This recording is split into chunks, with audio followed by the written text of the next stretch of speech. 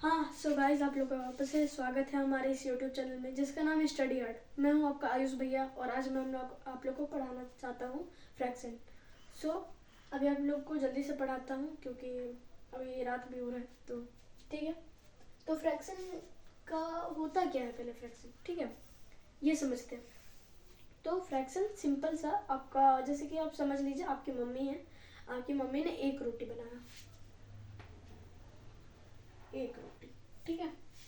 अब आपके भाई हैं चार, मतलब आपको मिला के चार, तो इसके मम्मी आपका कितना भाग कर देगी, चार भाग, चार भाग कर देते हैं, चलो चलेगा। अब चार भाग हमने कर दिया, ठीक है।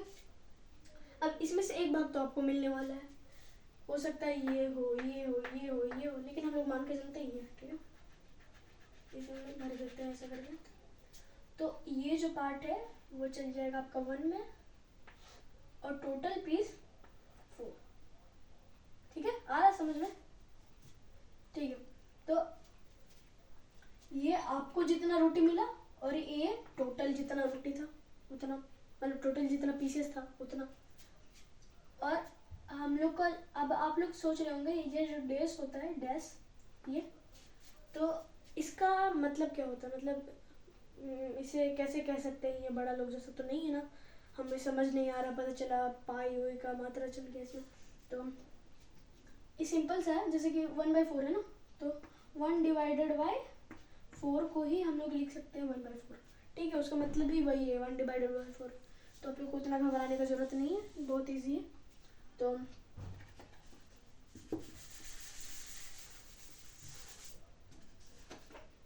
हाँ, तो ये जो डैश होता है उसका ऊपर का जो डिजिट होता है या फिर कोई सा भी अल्फ़ाबेट, हम लोग जैसे कि PQ समझ सकते हैं।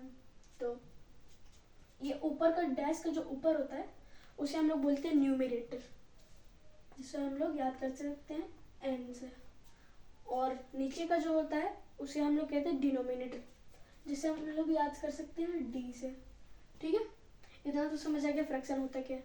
अब फ्रैक्शन में मल्टीप्लिकेशन, एडिशन, सब्ट्रैक्शन, डिवीजन, ये सब कैसे होता है, बोर्ड मास कैसे हो सकता है इसमें, तो सिंपल सा चीज़ है। आप लोग को करके भी दिखाता हूँ अभी। पहले क्वेश्चन ले लेते हैं, जैसे कि 2/4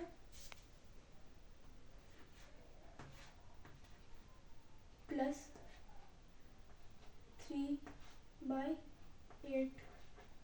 ठीक है।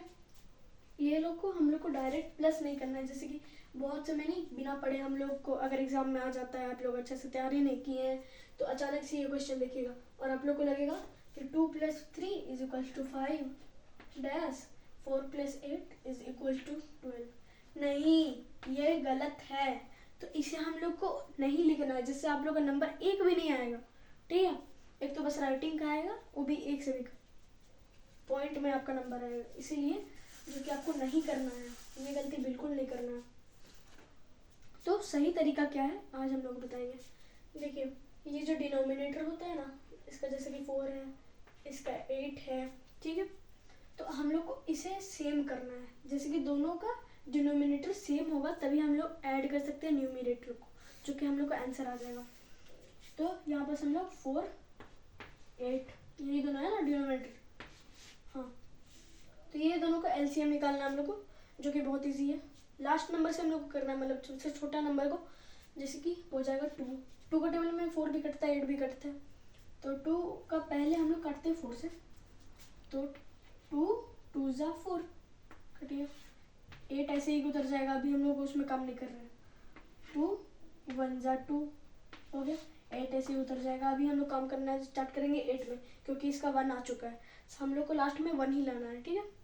एक का आ चुका है, दूसरा का लाना है, तो 2 का टेबल में 8 आता है 4 बार में, ठीक है।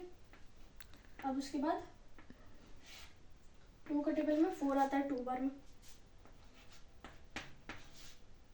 2 का टेबल में 2 आता है 1 बार में, ठीक है।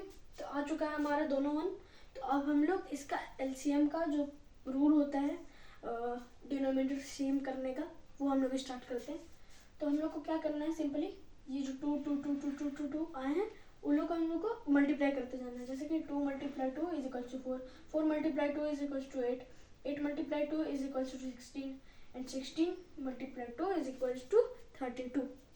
अब आंसर आ जाएगा 32।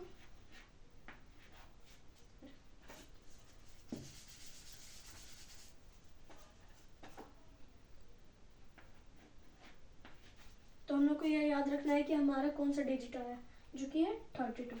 ठीक है, इसे याद रखना। अब हम लोग को सिंपल सा क्या करना है, हम लोग को आराम से इसे 2/4 को लिख देना है यहाँ 2/4 क्वेश्चन में से, और यहाँ पास 3/8 मल्टीप्लाई मल्टीप्लाई